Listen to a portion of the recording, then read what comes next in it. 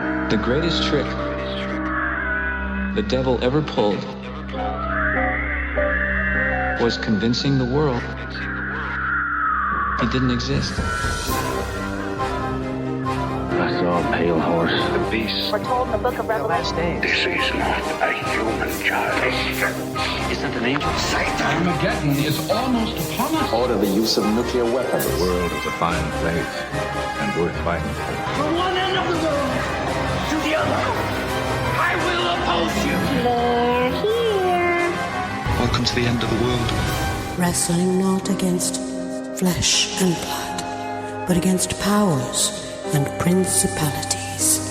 This is P.I.D. Radio.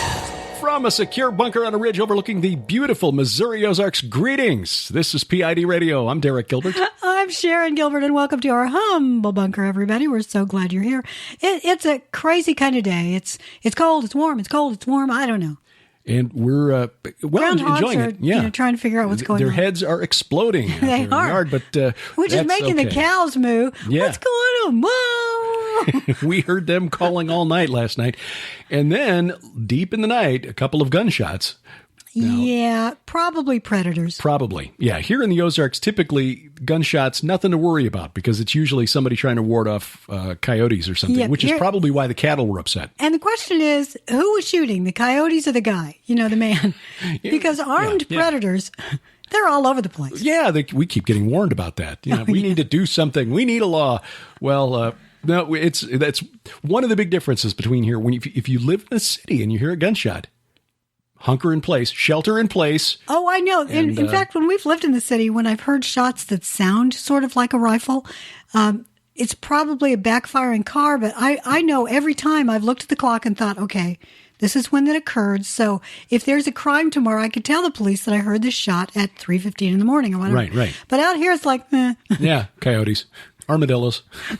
And the armadillos are armed. Let's face it. That's the thing that we've been worried about here in Missouri because they've been moving northward steadily for little tanks.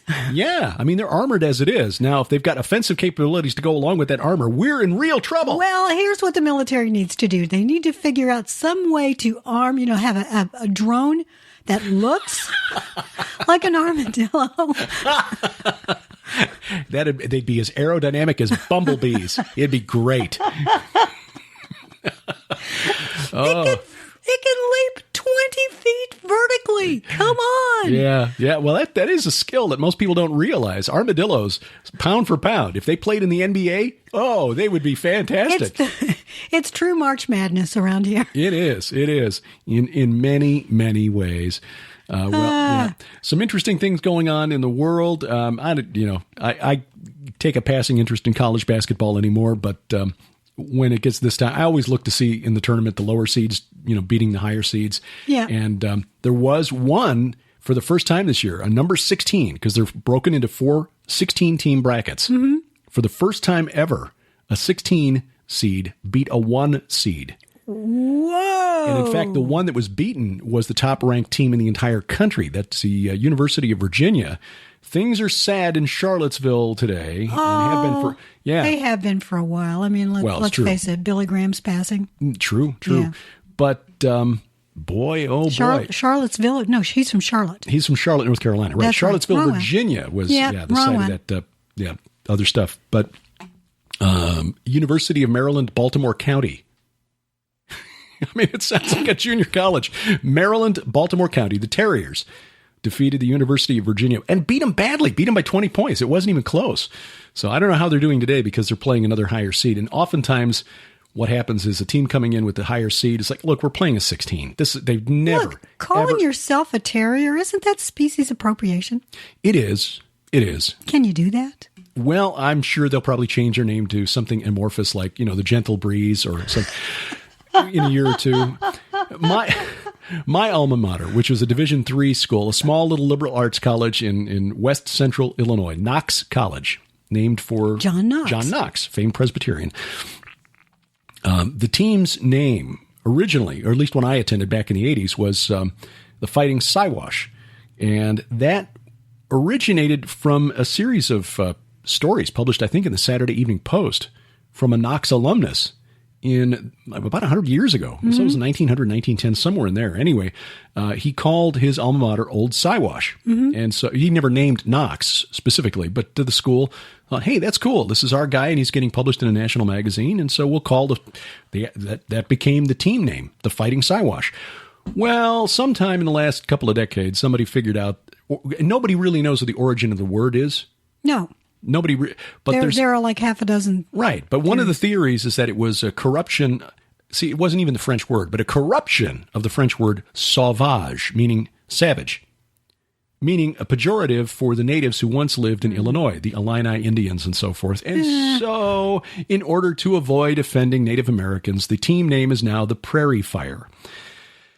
To which the prairies of the nation have taken umbrage. Yes, exactly. This is phylum bigotry. Yes, kingdom appropriation. We don't like that at all. So, but yeah, we're going to see more and more of that kind of silliness. But anyway, congratulations, because the fans, I'm sure, of Maryland, Baltimore County, UMBC are very, very happy today. As there was a 13 seed that won, and Loyola of Chicago, a team that I followed when I was a kid. Because they're being a Chicagoan. I mean, it's not that I'm, yay, Jesuits, go, the Chicago basketball teams back in the day, college basketball teams, were Northwestern, DePaul, and Loyola. And DePaul and Loyola are both Jesuit universities. Oh, yeah. I didn't know from anything back then. It was like Notre Dame back in Indiana. Sure, it's a Catholic university. Yeah. Come on. So, anyway. So what? My little Motorola AM radio, I'd lie awake at you night. Would lie awake. Yes. Very good. And listen to the basketball broadcasts. And so I just grew up rooting for DePaul and Loyola. Now, okay, I get what Loyola's about. You don't need to send me an email, okay? But still, it's kind of neat seeing a team that wasn't supposed to do anything this year knock off University of Miami, Florida. And then yesterday they took out Tennessee. Along that line, anyway. let's, as believers, let's not paint large denominations with a big old brush saying, I marginalize you because you fit into this category for me. Look, Every denomination has believers. Every denomination has unbelievers. Yeah. Every denomination has people who claim to be something that they're not. And this is something I've been guilty of. Years ago, I went through a phase where I thought I had to be one of those online discernment types who stood and pointed and shrieked at. I didn't point. It's part of the natural progression of spiritual growth. Yeah, you start out in a very black and white world. You have to have clear distinctions in how you categorize the world. Right. So I went through that phase, and then I've come back to more of a middle ground. When you realize that of the 10% of American adults who have a biblical worldview, using the data and the definitions of the Barna Group, and that among that 10%, you've got a group who call themselves evangelical or born-again Christian. 46% of Americans say they have a biblical worldview, but when you actually start asking questions, what do you believe? It's only 10%. Yeah. Only 10% of us have a biblical worldview, which means that a lot of us who are pointing fingers at others really need to step back and say, maybe I'm not on as firm a theological foundation as I would like to think that I am. Yeah. And since I don't know what percentage of wrong I can be before I'm no longer inside the camp, maybe I should be a little more circumspect, a little more reluctant, hesitant to start throwing stones, which Jesus said you should only do if you're without sin. Exactly. He's the only one who can do that. Now, that's not to say we shouldn't call out error when we see it, but let's do it with gentleness and respect. Exactly. Yeah. And not in large groups. You go to the individual privately. Yeah. I mean, there are rules in place on how you do this, but you never do it in this big group of, okay, you belong to this, therefore I can marginalize you. Exactly. Or you believe UFOs are real, so therefore you're unsaved. Or, well, you have a dachshund. Yeah. Well, that means we're on the good side. But he left the room. Yeah. Said, this isn't about me. I'm out of here. But here's another example, I think. And to get into some of the news of the week, Stephen Hawking passed away this week at the age of 76. Josh Peck on his Into the Multiverse, which is, it's kind of grown and changed a bit. Yeah, and it really does have multiple layers. It's multiverse as in I'm going to talk about anything I want to talk about that day. And kudos to him for doing that. Yeah, yeah. He put out a really nice commentary on the passing of Stephen Hawking. And I did something similar on the 5 and 10 back on Monday, but because it was one of 5 things I talked about, it didn't get quite as much focus as Josh gave it. And we made essentially the same point. Josh did it more eloquently than I did. Hey, and you pointed this out too. After his passing, a lot of people were taking to social media and weren't always kind. Christians weren't always kind. Well, guess he knows the truth now. Well, yes, he does. But so will you when you pass. Exactly. And we don't know the condition of his heart at the time. No, we don't. Passing. It may be that on his deathbed that he had a revelation, that somebody was there. The Holy Spirit had sent someone there with the right word at the right moment, that he changed his mind. Yes, he very publicly and said that the idea of a God who rewards the faithful after death is a fairy tale or some such thing. Mm-hmm. But we don't know. All it counts is what his faith was in at the last moment. Exactly. So, until that last breath is taken. Exactly. You still have a chance. And Josh's point was that if we come across to the unbelieving world as though we are somehow gloating, well, have we opened a door for conversation with the unbelievers? Have we built a bridge to them to say, we're just beggars who know where to find the free meal? Can I share that with you? Yeah. No, what we've done is we've put down stumbling blocks. We've put more bricks in the wall between them and us. Yeah. By saying, ha ha, he's dead. Exactly. That's just cruel. As I say, even those of us who know Christ as Savior, we will know the truth and realize when we cross over and we stand before Him that there are a lot of things that we were wrong about. Oh yeah, yeah. So anyway, I just thought that was a good point. And the truth is that Stephen Hawking did contribute quite a bit to our understanding of the world around us. Publicly, again, unless he changed his mind at the end, there were some very, very important things that he was wrong about. But that doesn't mean he was wrong about everything. It's very easy to paint with a broad brush. Yeah. That doesn't require any thought. And Jesus said we are to love the Lord our God with all of our hearts, souls, and minds. So let's engage number 3. And I'll tell you, just this idea of painting, if you are an artist at all, and I love to paint, if you want a beautiful portrait of someone, you need to use a fine brush. Yeah. And more than just 2 colors, black and white. Yep. Oh, yeah. The world is a lot more complicated than we know. And because it's complicated, Derek and I do a lot of research, and in fact, this past Sci Friday, we got into, even the week before, we got into some interesting topics that we're discovering as we research for the books we're writing this year. I'm continuing the Red Wing Saga. Derek's writing a nonfiction, couple of books that really have you digging into stuff. And I'm digging into the same things because I'm writing these concepts and characters based on these, frankly, true myths, we'll put it that way. Yeah. I like that. True myths. Patent pending. Sharon Gilbert. That I put in the Red Wing Saga, and one of those had to do with the Celtic people and Cernunnos. Mm-hmm. So this idea of the small g gods and the green man being a horned entity is really, really interesting. Green Man, especially since we just had St. Patrick's Day. Yeah. I did a program some years ago with Christopher Knowles, the author of Our Gods Wear Spandex. Great book. Yeah. Doesn't come at it as a Christian, but great book. Yeah. And he pointed out that there are a lot of aspects of the myth of St. Patrick, who was a historic character, by the way. He was a genuine historic, but a lot of what has been taught about Patrick, not so much.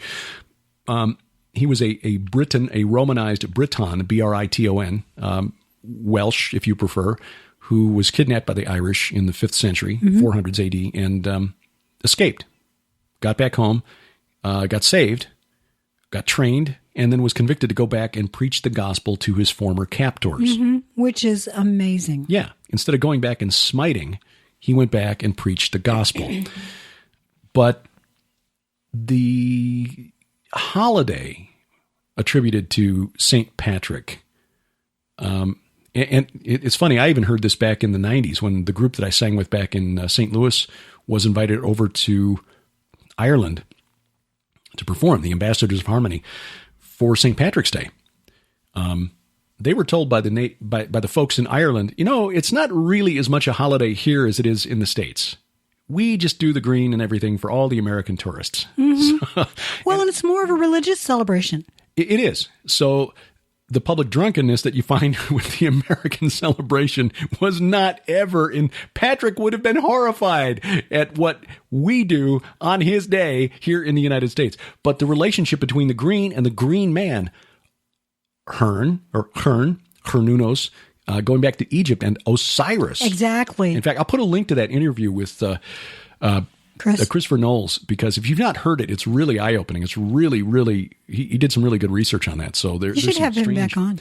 It's been way too long since I've talked to him. It's probably been 10 years. Might be that long. Yeah, been a long time. Yeah. But Osiris is reputed, legend says that he was killed on the third month of the Egyptian calendar, 17th day. Yeah. So we would call that March 17th. Now, the third month of the Egyptian calendar was probably closer to the fall. Because I think that their year began in the fall. Or the summer. I mean, the spring. So maybe September or so, October, somewhere in there. I'd have to look. I don't know. But anyway, the fact is 317 are the numbers associated with Osiris's death. Correct. He is a dying and rising god, just like Cernunnos. Well, Osiris was a dying and dead god. That's why he's got green skin. Well, oh, that's right. It's his son who's the rising god, Horus. But Horus never died. Yeah. No, Horus never died. That's something that's put out there by people who want to claim that Jesus is just a copy of all of these old gods like Horus and this, that, and that. Oh, that's interesting. And of course, the big difference from Jesus' standpoint, he's not dying and rising. He's dying and risen. He doesn't go through this every year like Baal or Melkart or Adonis or Eshmun. There are a whole bunch of others. So Osiris is not related to Orion at all? No. Because Orion is always associated with a dying and rising god. I would have to look, but no. And it's because it goes underneath the ecliptic. Orion was related to Tammuz, who is a dying and rising god. Yes, exactly. And right. Orion, being the hunter, is also related to Cernunnos, the hunter. Gotcha. Okay. Yeah. Yes. In fact, one of the things that I thought was really intriguing was in the study I've been doing on the dolmens, the burial dolmens, in what used to be Moab, because that's the Valley of the Travelers that Ezekiel mentions in Ezekiel 39. The plains of Moab, of course, where the Israelites camped before they attacked Jericho, where Moses was buried. There are, in that area, going north from there up to the Golan Heights, where Gilgal Rephaim, that wheel of the giants, is located. There are thousands of dolmens there that date back to the pre-Abrahamic period, so 2000 to 3000 BC, and even maybe earlier. Dolmens, they look like little miniature Stonehenges, where you've got uprights and a lintel. Uprights and a lintel, or what you call a trilithon, I think is the term. It's not a hinge. Right, exactly. But most of them, or a majority of them anyway, are oriented due north and south, but there's a significant percentage of them, like about a third, found in one of these areas in that Valley of the Travelers general region, that are oriented at about 158 degrees to southeast. I think we talked about this before. Anyway, the point is that they were oriented so that when you stood in front of it and looked at the opening, you would see Tammuz, in other words, Orion, the constellation. On the first day when it stood up, it would be directly over the dolmens. Oh, I see. I'm looking at them now. The ones I'm looking at they don't look like, maybe it's in a different place. Because dolmen is a typical word for a burial. A burial cairn, right, yeah. Yeah, okay, the ones I'm looking at may not be the correct term. Well, trilithon means 3 stones. Yeah. But okay, but you're right. That looks more like a lintel, but you're right. The trilithon is not an exact description. The dolmen is the better term. Dolmen, by the way, if you want to look that up. But if you just look up dolmen, you're going to see these things that look like little huts. So what you're talking about look like little huts? Yes, exactly. The ones I'm looking at now. Yes, exactly. And as you face the opening of it. Those. Yep. Those don't look like miniature Stonehenges at all. Those do. They look like uprights in a lintel. That's not what I'm looking at. Okay. These look like little bitty, I don't know, beehives. Well, I don't know where I've not seen those little beehive type looking ones in the area of Jordan that we'll be visiting in May. Let me tell you why it was. I wanted to make sure that what was in my head, the idea of 2 uprights and a lintel, in other words, 2 standing stones and a roof over the 2, because that's sort of the shape of the modern tav. Yes, exactly. The Hebrew letter tav. Yes, exactly, which we were discussing today on Gilbert House Fellowship. Stay with me now. Yeah. The sign on the forehead. Right, that marks the believers during the exactly. Yeah. The modern equivalent of that tav, marking the believers, which in ancient times, the tav looked like a cross. Exactly. For about the time of Abraham, the tav was like a cross. Another taking their form, something that symbolized the Valley of the Travelers, and turning it on its head. Oh, right. Well, yeah, and that's why when I saw the doorway, I was getting excited about that. Yeah. Because that also relates, of course, to the blood on the doorposts of the Passover. Yes. This little beehive thing is apparently this is in the Western Caucasus in Russia. These dolmens. These dolmens. But the real simple ones that look like just 3 rocks, that's Valley of the Travelers. But yes, coming back to the tav, it started out like a cross, and as you pointed out, as time went by, the way the scribes made the mark differed. By the time of David, around 1000 BC, it looked more like an X. The modern tav looks, as you say, more like a trilithon, 2 sides and then a lintel. Yeah, like a door. Like a doorway. But, taking that symbolism, and in Ezekiel 10, where a scribe is told to go out into Jerusalem and mark the faithful who have not committed abominations in the temple with the mark, which again is the tav. It's like the mark on the forehead of the 144,000 in the book of Revelation. They're marked with the sign of the cross that points to the open door. Ah. So I wish I could take credit for that, but somebody really smart I heard say that, about 3 hours ago. Oh, that was you. Who would that be? But the connections are, I suppose you could say, well, maybe we're seeing what we want to see. We're reading into things. Yeah, I don't know. I think we're really seeing that God is using symbols to point to his truth. Yeah. Well, getting back to small g gods and the symbols that they use, in the course of researching for the Red Wing Saga, and if you've read any of the books, at least in the first book, if you've only done that one, that I refer to a labyrinth. There's a hedge maze at Branham Hall that there are lots of mazes throughout antiquity. This idea of the Minotaur in a labyrinth, trying to find your way through. And in fact, Book 4 of the Red Wing Saga gets into this Stones of Realm, and there's a maze that... Realms of Stone. Realms of Stone. Yeah. Stones of Realms. Stones of Maze. Realms. No, I'll come in again. Realms of Stone, yeah. But I was trying to find on the Red Wing Saga group, and if you want to know a lot of the background tidbits as to what characters, actors I base my characters on, places and what inspires me, the Branham Village is actually based on an actual village in Kent. It's reputed to be the smallest town in England. It's a cute little place. It's on a river. But Leeds Castle in Kent has a labyrinth, and it's a gorgeous labyrinth, and it's made of yew trees. Yew trees have a very ancient symbolic connection to paganism. And one of the reasons for that is because they live so long. Symbol of life and death. Yeah.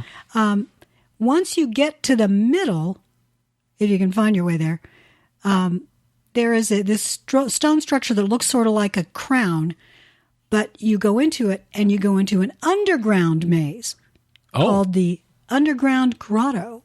Huh. Oh, yeah. Yeah, let me just show you. I'm looking at it now. Yeah. I'm looking at their website. Isn't that crazy? Wow. Yeah.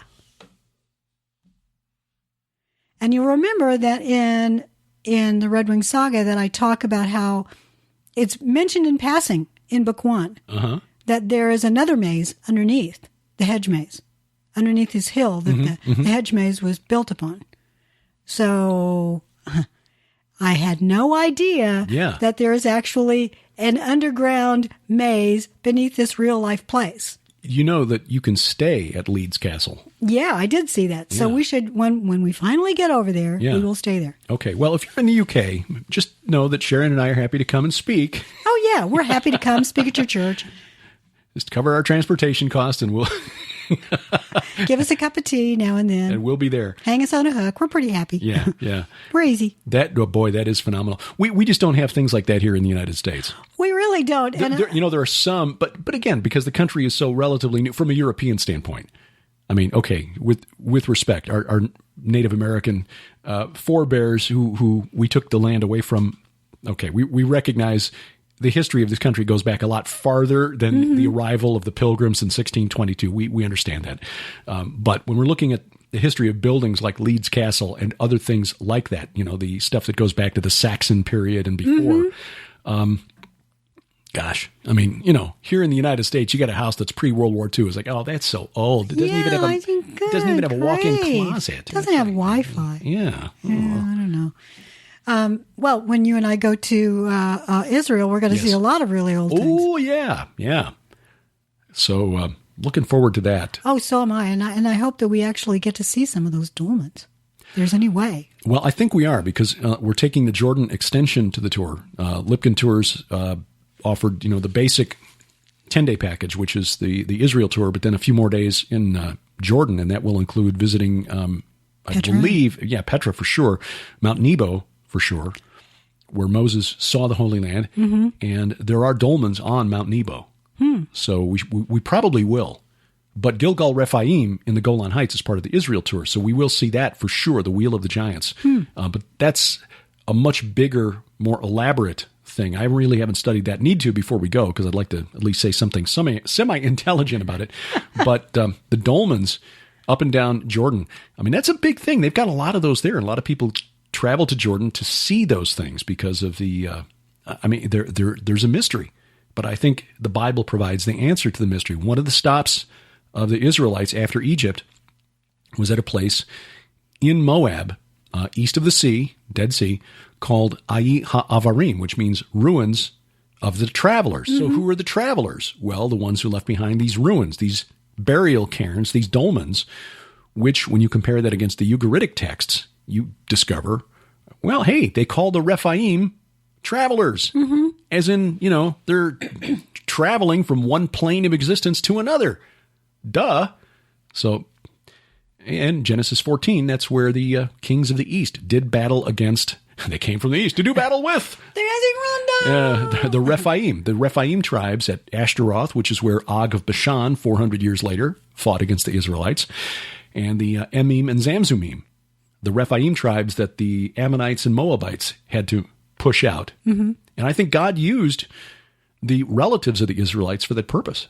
Well, you and I on Sci Friday last week, we discussed how it's very possible that tribes from Galatia within Anatolia became what we call the Celts today. The Gauls. The Gauls, and later on the Celts in England, Ireland, Wales.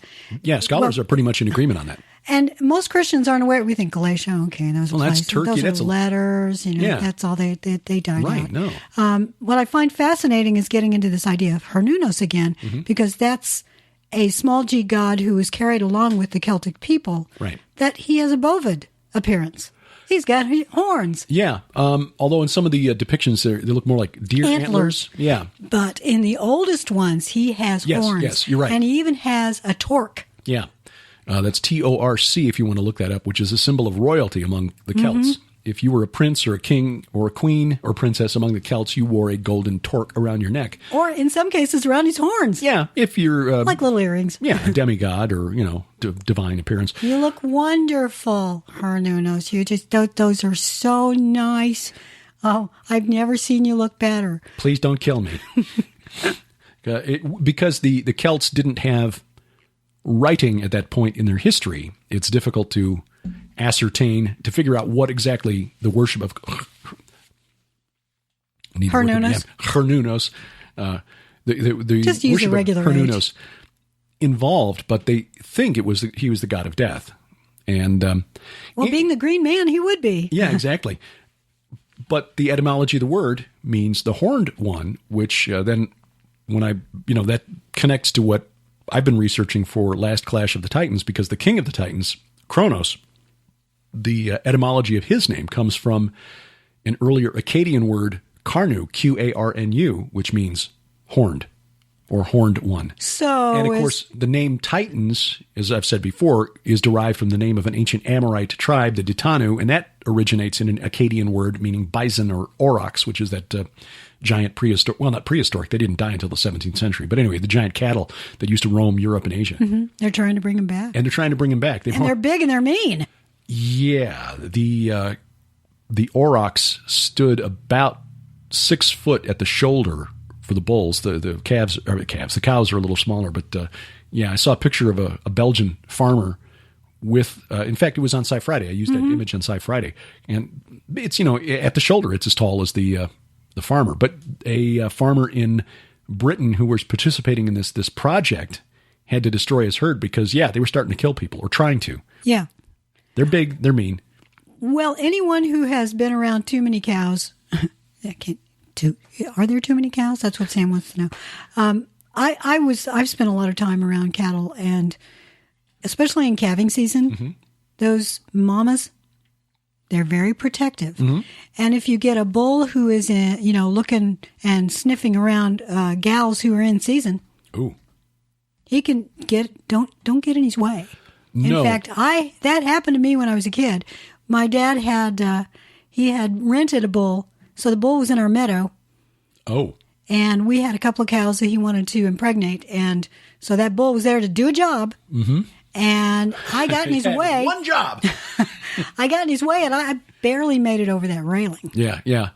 Mom had a similar incident where she was in a field picking flowers as a kid and didn't realize the bull was out, and suddenly that's where I was. I was just out there enjoying picking flowers, and looked up, and he was running towards me. Yeah, Mom had the same thing. She had a dive underneath the barbed wire fence, got a nasty scratch from the barb. At least we just had a railing. Yeah, just a wooden fence. Praise God. Yeah. Aurochs from Denmark and Germany stood on average 61 to 71 inches tall at the shoulder. That's 5'1" to about 5'11". Yeah. And weight anywhere from up to about 1.5 tons, about 3,300 pounds. Yeah, and if you're thinking at the shoulder, look, there's a lot more of that animal from shoulder on up. Oh, yeah. Bulls have huge heads. And the aurochs had really big horns. So anyway, the point is that this small g god, Kronos, Cernunnos, and the throne guardians. We talked about this on the Gilbert House Fellowship this morning. The throne guardians of... Is that the picture you used? That's the one, yes. They're really big at the shoulder. Those guys, that looks at the hump. Because this looks sort of like a Texas Longhorn, bit like a... but much bigger. Yeah. Taller, yeah. They're big. So there's this bovid imagery in a lot of the religions of the ancient world, from the Indus River Valley, Egypt, the Minoan civilization with the bull leapers, bull jumpers.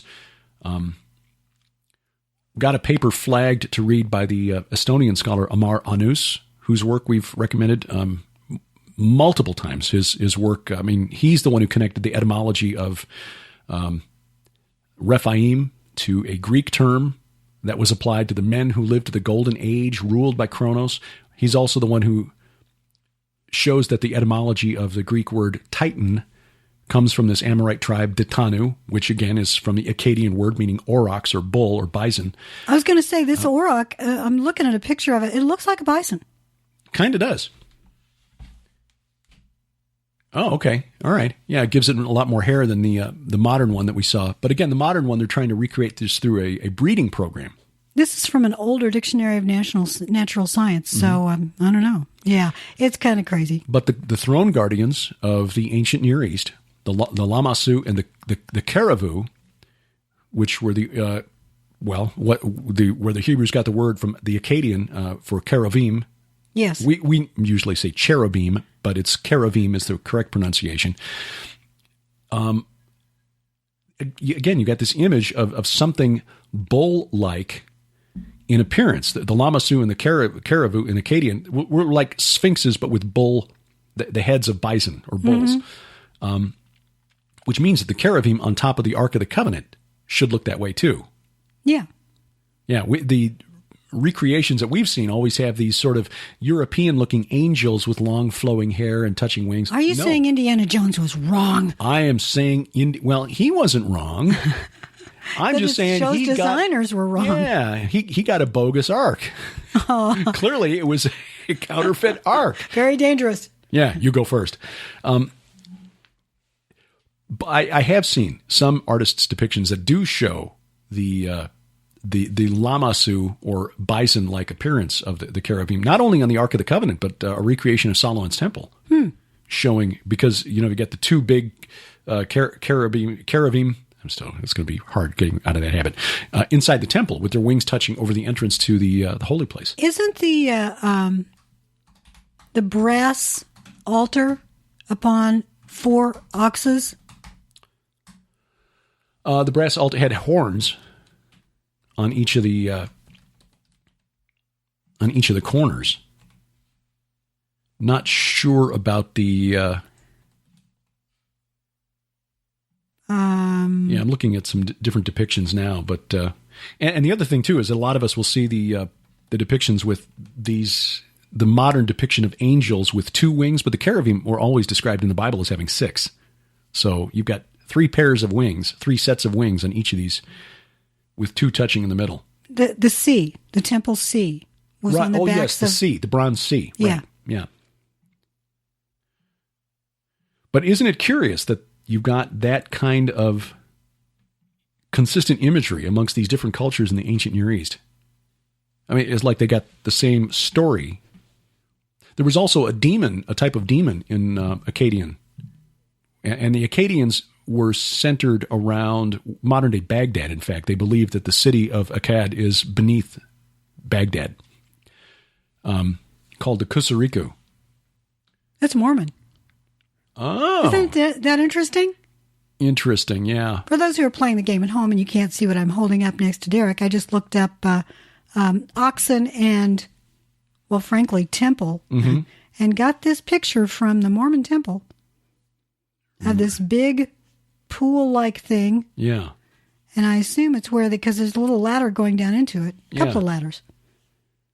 Well, anyway, it's not likely that coming out of a culture that was dominated by the Amorites for a long, long time, where the imagery of and we've seen the big, Lamassu bull-like guardians from the ancient Nineveh in depictions. That's what those things looked like. Okay, that's what the cherubim looked like, except of course with 4 faces. Ox, human, eagle, lion. So the depictions that we've seen of cherubim, the chubby little babies with wings, forget that. That's just that's right out. Not anything like these things were intended to be throne guardians. I mean, remember in Ezekiel 28, the rebel from Eden was called the guardian cherub. Mm-hmm. He was guarding God's holy mountain. He was a bad dude. Mm-hmm. All of them were. You did not want to mess with the cherubim or the Lamassu. They were bad dudes. And yet we've got this picture of, they're so pretty. But here's the thing. What are they guarding it from? Yeah. Dragon. Something that wants to get in. When you're a king and you have guards, they're there to guard against something that wants to take the throne from you. Right. And so he was one of the guards and he turned. Mm-hmm. Yeah. I mean, that sounds like a plot out of Versailles. Or ancient Rome. I mean, we've seen places before where the palace guards, the Praetorian Guard decided, okay, we don't like this emperor. We're going to try to depose him and put up a new emperor. Of course, that didn't happen in the spirit realm. Yahweh still reigns supreme, but there are quite a few. Well, let's go back to the small g gods and Cernunnos, because one of the symbols of Cernunnos is a goat-headed serpent. Mm-hmm. Yeah, and that's really intriguing, isn't it? Yeah. In fact, we just watched Thor Ragnarok, and there's a dragon that looks really more like a goat-headed serpent in the CGI. Right. I know it's supposed to be a dragon, but I think it is. Where was that in the... It's in the opening. when he's down there with that's right. When he's down there with the and his head gets knocked off at the Rainbow Bridge or whatever the thing is called. Takes his helmet. Oh, that's right, because the thing was chasing him, and it. Yeah, you're right. Like a goat-headed type serpent. Mm-hmm. Yeah, that's really curious. One of the symbols of the ancient Sumerian god Enki, who was Lord of the Abyss, is the goat fish, or the carp goat. And how you got that combination of animals, I have no idea. It's as weird as getting, the ram snake. Yeah. I mean, how do where were these hybrid animals, like the bull with the human face or the Sphinx? Where were they getting these ideas? Well, maybe just really great imagination, or from things that they saw from the spirit realm. Well, at the very least, we know that before the flood, the Bible says, and Enoch mentions that not only did the fallen go into women, they also mated with animals. Mm-hmm. And you sure see them turning into animals in order to lure women in. Is that Jubilees? I'd have to look it up. I'm not sure if that's in Enoch, but it's in one of the apocryphal books. So yeah, that's a good point. They corrupted all flesh, and certainly God in Genesis 6. Let me take a look at Genesis 6 here, just make sure I'm not speaking out of turn. But that may be where things like the centaur came from. Mm-hmm. Yeah, that's a really good point. But again, when Ezekiel, as we talked about today, and also in when our earlier Jasher. Jasher? Okay. I think it's in Jasher. Or Yasher. Yeah. This is more an accurate representation of Solomon's temple. Oh yeah, I've seen that. Yeah. In Ezekiel 1, we talked about Ezekiel's wheel, and again in Ezekiel 10, which we discussed this morning, the imagery is coming straight out of the spirit realm. It's coming straight out of the throne room of God. So it could be that there was this effort to tamper with the genetics not only of humans but of all creation by the Watchers, or it may be that again these four-faced creatures are what the cherubim and the seraphim actually look like. Maybe seeing them with four faces is simply man trying to perceive a multidimensional or a creature that is manifesting in more dimensions than we can perceive with our limited three-dimensional senses. Oh, that could be. The book of Jasher or Yasher, chapter 4, verse 18. And their judges and rulers went to the daughters of men and took their wives by force. These are the Watchers. Mm-hmm. Took them by force from their husbands according to their choice. And the sons of men in those days took from the cattle of the earth, the beasts of the field, and the fowls of the air, and taught the mixture of animals of one species with the other, in order therewith to provoke the Lord. And God saw the whole earth, and it was corrupt, for all flesh had corrupted its ways upon earth, all men and all animals. Now, having said that, we need to qualify that by this, because most scholars think that the Book of Yasher was an 18th century forgery. Exactly, and it's hard to say. Yeah. It's just that I think at the very least, the evidence that we see in mythology seems to point to, at the very least, a spiritual being that looks like a combination of animals. Exactly right. Yes, that is clearly the case, because we see it in Isaiah, we see it in especially in Ezekiel, and other Jewish literature from the Second Temple period. That's pretty clear. Yeah.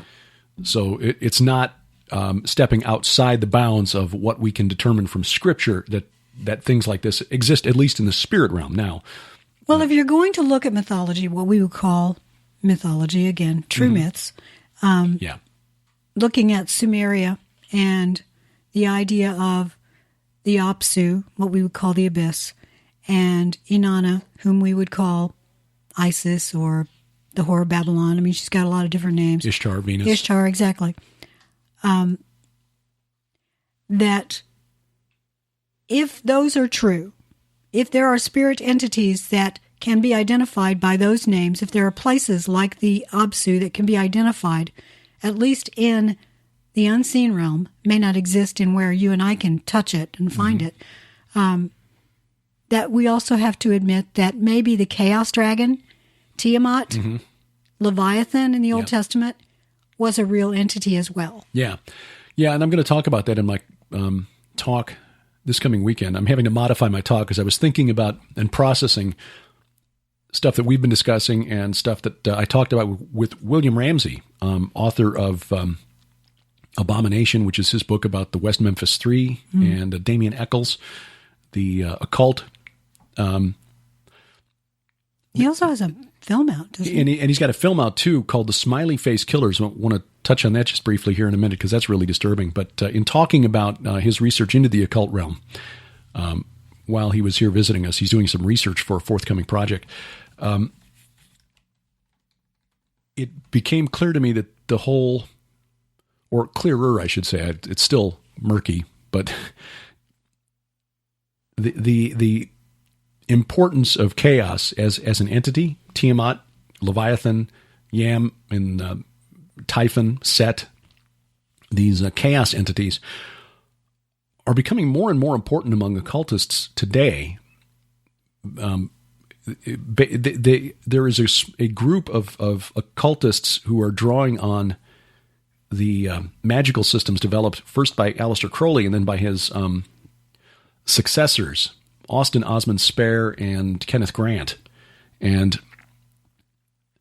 the idea that, well, I'm not going to do it justice, but anyway, the idea that chaos as an entity is returning, and that so they need to master the magical system or harness the power of chaos, I guess, for their own purposes before he gets here, or some such thing, which in kind of a broad sense is one of the main themes behind the fiction of H.P. Lovecraft, which is why Grant believed that Lovecraft was channeling the same entity that Crowley channeled. This idea that mankind has led a life of sort of blissful ignorance in an interregnum period between the rule of the old gods of the ancient world who created these mysterious megalithic structures, who had to go away because the stars went out of alignment for their purposes. The stars are wrong, but when the stars are right again, they're coming back. And these powerful extraterrestrial, natural, supernatural entities have no concern whatsoever for humanity. I mean, they'll take no notice of us if we're lucky. And so Grant was disturbed by that, but that's why he spent, I guess, the last part of his life doing all this research into chaos magic. And now you've got all of these different schools of thought and entities. And it surprised me when I did a search, just a simple search for chaos magic on the web. And there's a lot out there, and these people don't know what they're playing with. They really don't. No, and there are actual rictuals that you can read online, and you can. And that reminds me that there was, speaking of rituals, just a couple of days ago, the Bexar County Sheriff's Office in, what town was this in? Near San Antonio, so it's Texas. That an altar was discovered, ritual sacrifice, animals involved. That there were adults and younger people, ages 23 to 65, and that they were speaking an unknown language. That's weird. Yeah. Speaking an unknown language. That's what it says. It just could be that it was speaking something that they didn't know, but... Anyway, there's a symbol that goes out from that is representative of chaos, and it's 8 arrows emanating from a central point. I've seen that. Yeah, like the 4 cardinal points on like north, south, east, west, and then the 4 other points alternate between those is sort of a symbol denoting chaos. So it seems to me that what Crowley began in the early 20th century, and that Grant and Spare developed into the Typhonian order and other now magical traditions that have developed from that. That's one aspect. You've got a bunch of people who are doing all these magical workings to summon the power of chaos.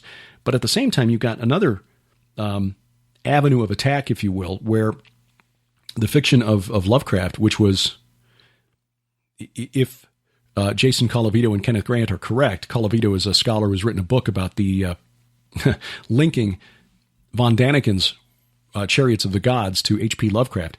if Lovecraft was in fact channeling the same spiritual source as Crowley, and if von Daniken simply repackaged Lovecraft's Cthulhu mythos into Chariots of the Gods, which has then been transformed into Ancient Aliens and the Ancient Astronaut Hypothesis, then you've got this second track by which the chaos god, or this chaos god, is influencing mankind, because we're being convinced under the guise of science that our ancient gods were simply astronauts from another planet, and they're coming back. Meanwhile, you've got all these chaos magicians that are doing these workings to try to make it so.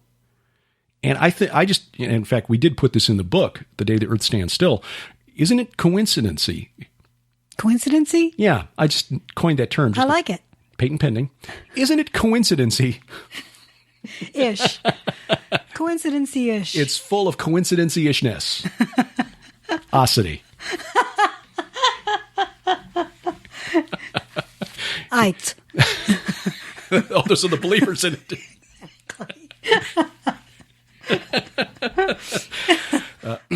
Isn't it coincidental that the search for extraterrestrial intelligence, the acronym for that organization and that program, is SETI, which literally in Egyptian means man of Set, man of the chaos god. Exactly. And Stephen Greer, who is one of the leading advocates for official disclosure, who clearly sees this as a spiritual quest because he's offering a free mobile app for your phone or tablet with which you can learn to meditate and contact our space brothers. Don't download it. Don't download it. No. This is technology for getting possessed. Yep. Greer's organization is the Center for the Study of Extraterrestrial Intelligence, which is CSETI. Or perhaps if the C is silent, SETI, again, man of Set, yes. man of the chaos guy. Probably just a coincidence. No, it's probably fine. Yeah. So anyway, the whole chaos thing is key. And, Genesis 1 verse 2, where God, the Spirit of God, is hovering over the face of the deep, Tehom. That's the Hebrew word, which is a cognate for the Sumerian word Tiamat, the chaos monster, the primordial chaos, which God defeated, Leviathan, but will not ultimately defeat and kill until Revelation 21, when there's a new heaven and a new earth and the sea is no more. That is so true. Ordo ab chaos, order out of chaos, is simply a linguistic way of explaining the Ouroboros. It's this cycle of time that repeats over and over again, and it has to do with the Golden Age, going to the Silver Age, going to the Bronze Age, going to the Iron Age, going to the clay, and like the statue, and eventually falling apart and just being chaotic, and then leading to the Golden Age again. It's order out of chaos. Yeah. Now, interestingly, the Golden Age was supposed to be the age ruled over by Kronos and the Titans, Saturn. And in my presentation on this talk, which I'm expanding for the Dallas conference last fall in Oklahoma, I mentioned Virgil's fourth Eclogue, where that's returns old Saturn's reign, which is Kronos returning, and it mentions man seeing gods with man commingled. Yes. And that being essentially what the seekers who are turning to the UFO phenomenon and the existence of extraterrestrial intelligence for answers to what happens when we die. That's what they're looking for. Gods and man commingled. It's a transhumanist movement. Gods and man commingled. But it struck me that if chaos and the return of chaos is part of this return, okay, chaos as an entity was something separate from the leader of the Watchers, leader of Saturn, or Kronos, or Semyaza, the leader of the Watchers, something different. You can almost use the same image of the statue of Nebuchadnezzar. Yes, that's what I just said, referring to that statue. To represent the gods. You could. Yes, you could. The Golden Age being the return to this chaotic form, which is in Egyptian mythology, Egyptian cosmology, their chaos serpent Apophis, whom, oddly enough, Set had to defeat every night on the solar boat with Ra, anyway, wanted to return creation to chaos. That's what Leviathan wants. That's what Yam, the chaos god of the Canaanites, wants. That's what Typhon wants. What Set wants to return everything to chaos. But then you get the next generation of gods. Okay, now Small g gods. Understand that I'm speaking from the standpoint of the pagan nations in the ancient world. The next generation of gods, represented by Enlil to the Sumerians, Saturn, Kronos, Kumarbi to the Hurrians and the Hittites, El into the Canaanites, who were then replaced by, because they replaced the original ruler, Chaos. So then the next generation was that generation, Enlil, Kumarbi, El, Baal, Haman. The next generation then took over from them when the generation of Kronos was sent to Tartarus. The next generation being the storm god generation, Zeus, Baal, Hadad. The Olympians. Thor. If you happen to be in the Scandinavian. Indra, Perun. I mean, Teshub. There were a number of Chaldee to the Urartian Chaldee. The storm god was the one who ruled. But it seemed like with every generation there was another. And then you had the demigods. It was the like dying and rising gods. They're watered down. Right. Heracles, who was Melkart to the Phoenicians. Eshmun, Adonis, Tammuz. So you almost had the same sort of thing, dying and rising, almost like iron and clay. Okay, we can't stay one form all. Maybe I'm reading too much into it. Maybe this is just eisegesis. I think that I've seen that a long time.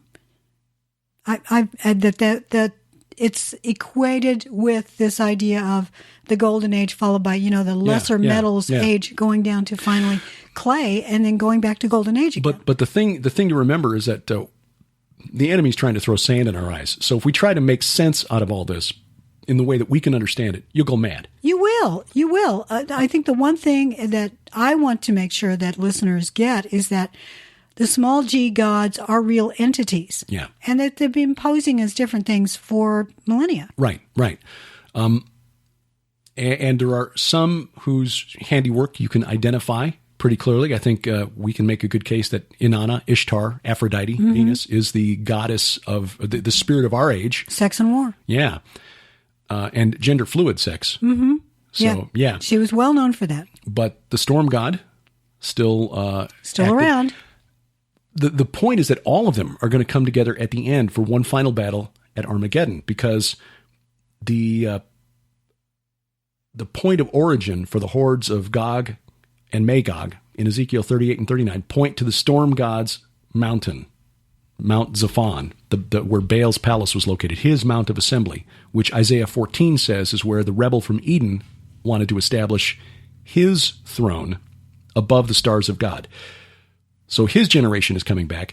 We see that the chaos monster is not ultimately defeated until Revelation 21, when the sea, which is a symbol of chaos in the Bible, is no more, which I've said before is odd. You'd think that the sea would be part of the old earth being destroyed. The old heaven and the old earth are no more. The first heaven and the first earth are no more. And the sea is no more. So it rates a separate entry because it's a separate thing.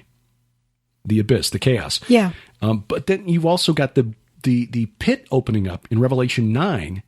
What's in the pit? The angels who kept not their first estate, the angels who sinned, the watchers, the titans. They're coming back as well in Revelation 9. And if we accept that the spirits of the Nephilim, the Rephaim in other words, were the origin of demons, which is something that the ancient Jewish religious authorities and the Greeks agreed on, although the Greeks thought they were good, helpful, they're still here with us as sort of a ground force, kind of prepping the way for the return of these old gods. Yes. And all of that is going to come onto the earth in the last days for the Battle of Armageddon. Well, you're going to like this. One of the many legends that I was reading about with regards to Loki, and even Hel to a certain extent, because in the movie, Hel is Odin's daughter. In the myths, she is Loki's daughter. Right. And when Loki finally makes that final charge to bring about Ragnarok and participate in it, Hel brings all of her buddies with her. She's in charge of Hel, the place. Yeah. And all of these dead rise.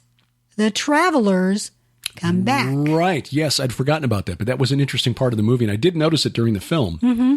And I think that, well, that's what I'm writing about in the forthcoming book, because that, I think, is what Ezekiel 39 is all about. And that's the real reason we watch these movies. It's not because they're entertaining, it's because it's not research. because of the great CGI. Yeah, but here's something wonderful that that's what I was looking up here. Yeah. And I think this is a wonderful verse to hang on to in Isaiah 54. And I always remember this because, as I've said many times, if you want to memorize scripture, listen to the oratorio Elijah over and over again. I listen to it while I ride the mower. So 2.5 hours, a couple of times a week during the summer, I get to listen to this. Oh, and I'm charging up the battery now, by the way, just so you know. Thank you. Yeah. It's coming up. As soon as we get back from Dallas, I'm going to be mowing. The Lord talking about redeeming Israel, the Holy One of Israel coming back, because he says in verse 8, "In a little wrath I hid my face from thee for a moment." This is the kind of thing we see we saw it in Jeremiah, we're seeing it again in Ezekiel, that the Lord turns away. Mm-hmm. "In a little wrath I hid my face from thee for a moment, but with everlasting kindness will I have mercy on thee, saith Yahweh thy Redeemer. For this is as the waters of Noah unto me.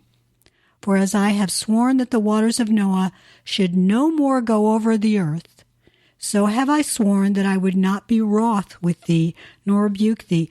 For," verse 10, "the mountains shall depart. Oh. And the hills be removed.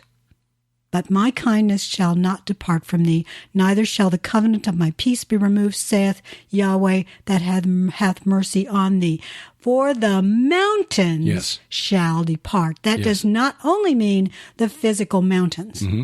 It means the strongholds of the small g gods. That's it. That's what the real promise is. This has to do with his promise, turning his face back, and once again, remembering, I promised to redeem you, to put a heart of flesh in you, to remove the heart of stone, put a heart of flesh, and to write my love upon you. Mm-hmm. The mountains departing. Yeah. The small g gods finally dealt with, chaos monster finally done. Right. And the travelers destroyed. Mm-hmm. The spirits of the Rephaim/Nephilim buried in the valley of the travelers, and it will block the travelers. I need to do a study on that word, block. You do. What does that word mean? Oh, so good. Yeah. So good. Well, the Lord is, he's patient with us. He is, which is good because I'm slow.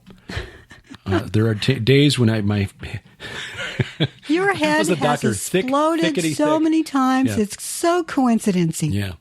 Ish. Yes, I'll say. Right. Very quickly, mentioned William Ramsey and his documentary film, The Smiley-Face-Killers.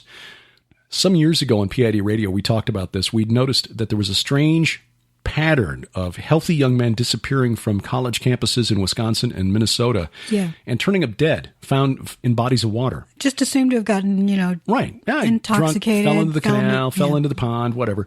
But William began chasing this down a few years ago, and he released a film over a year ago. I'm sorry that I missed it when it first came out, but it's available now on Vimeo. It's long. It's about 3.5 hours, but it's heavily researched, and I plan to watch this when I get an opportunity. Does he work with those two New York police officers who developed the original theory? He cites their work. Okay. But yeah, I know who you're talking about. One of them's name is Gannon. Yeah. And anyway, those two police officers have been trying to attract some attention to this. Every now and then you'll find a newspaper will pick it up or a local TV station. It's like, what a curious mystery, because the number of young men is much, much bigger than we thought it was at the time. And it isn't just the United States, No, is it? No, it's in the UK and Spain as well. Almost 100 young men over the last almost 20 years. So about 5 a year. A young man will go missing. Generally speaking, they're between the ages of 19 and 28 in good health. And, there are a few patterns. But anyway, that'll be the interview that will go up on Skywatch TV tomorrow morning as a web exclusive. So you won't see it on the syndicated Skywatch TV program around the country on Angel One, GEB America, Impact Network, Christian Television Network, Victory Television Network. But you will see it on the YouTube channel, Roku channel, the mobile app, Apple TV. It's short. It'll just be a 30-minute interview, but it will give you an introduction into this case. And it's really disturbing because in a significant number of these cases, nearly 100, and in almost all of these cases, by the way, police have concluded, it's an accidental death. But in some cases, young men were found as late as 39 days after they were reported missing, and in some cases in bodies of water that had previously been searched, meaning they were placed there after they'd been reported missing and the body of water had been searched. Oh. So, and when they're found, it's clear that they had not been dead as long as they had been missing. Oh, they're being held. This and is terrible. Tortured. This is terrible. It is. And in a significant number of these cases, a smiley face emblem is left. Either just a standard smiley face or a sigil that looks kind of like a stylized smiley face. Yeah. But here's the key, and that connects it back to all of this. That smiley face apparently is a symbol that is being used by chaos magicians. Oh. And you remember what's the symbol in the Watchmen graphic novel and movie? The symbol, the little button that the comedian wore that was found when he was murdered with the blood spatter on it? Yes. The smiley face. Yes. Yeah. So, yeah, you'll see that at Skywatch TV. Probably a little bit too intense for us to put out on the Christian television networks that we normally syndicate Way to. too intense. But it's an important interview, and I will, we'll make sure that we let you know about it when it's up, because this is a case that needs to be promoted. Families all across America and, in the UK and Europe as well, dealing with the loss of a loved one, and police in most of the cases saying, nothing to see here. He got drunk, fell into a pond. In some cases, though, and this is really disturbing, that a couple of cases, young men were abducted on their way out of events with tens of thousands of people around them, like a Boston Celtics game. Yeah. Or a major concert in Pittsburgh, where a young man maybe had a few beers, but young, healthy, feeling glad to be alive, feeling invincible. They were targeted. That's his conclusion, that there is a group behind this. Oh, that is. Did you get a VFTB with him? Yes. Good. Yeah, that's going to go up in a couple of weeks. So the shorter interview will be up tomorrow at Skywatch TV, but on A View from the Bunker, it'll be up in a few weeks. I've tried to build a backlog so that I could work through the preparation week for the conference. Yeah. By the way, we will be in Dallas a week from today, so there will be no Gilbert House Fellowship or P.I.D. Radio next Sunday. We apologize for that. Yeah, we'll be Since busy. we've gotten back into doing P.I.D. Radio, it's been fun to post a new show each week, but we'll be busy. Yeah. There will be A View from the Bunker. However, I recorded it previously. Next week will be the interview with Carl Teichribb that I recorded while Carl was here. Good. Coming up, got Dr. Judd Burton. He's got a new book coming out called The Nephilim Dossier. This is a dossier you can trust. That'll be in a couple of weeks. And then the second weekend in April, believe it or not, we're almost to April. I know. We're going to be boarding a plane for Israel before we know it. Yeah, that'll be the interview with William Ramsey. This weekend, got an interview with Dr. Timothy Furnish. So he just wrote an article about Turkey's President Erdogan calling on the Organization of Islamic Cooperation to put together a unified Islamic army to go to confront Israel. Yeah. So I stole the title of his article because it was really good, called Talking Turkey About the Mahdi. Tim has the best titles. So he does. That's a good one. I just stole it. So in fact, that's online as you're listening to this now. That's already online. So you'll find that at vftb.net. Till next time, I'm Derek Gilbert. I'm Sharon Gilbert. Bye-bye, everybody. Thank you for listening. P.I.D. Radio is a production of Gilbert House Ministries. The opening theme is adapted from The Alchemist's Tower by Kevin MacLeod, www.incompetech.com.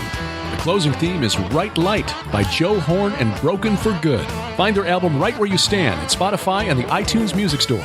Our website is PIDradio.com, where you'll find the show notes, links to our personal websites, and links to connect with us on Twitter, Facebook, Instagram, and YouTube. The content of this program is licensed under a Creative Commons Attribution No Derivatives 4.0 International License. For more information, see creativecommons.org. I woke up this morning with some aching in my head. Darkness could have stuck around and filled my day with dread, but it's gonna be alright. Gonna be just fine for me. Turning on the right light is gonna set me free. This life seems way too willing to try and knock me down. I just know there's a way I can turn it all around. It's gonna be alright. Gonna be just fine for me. Turning on the right light. It's gonna set me free.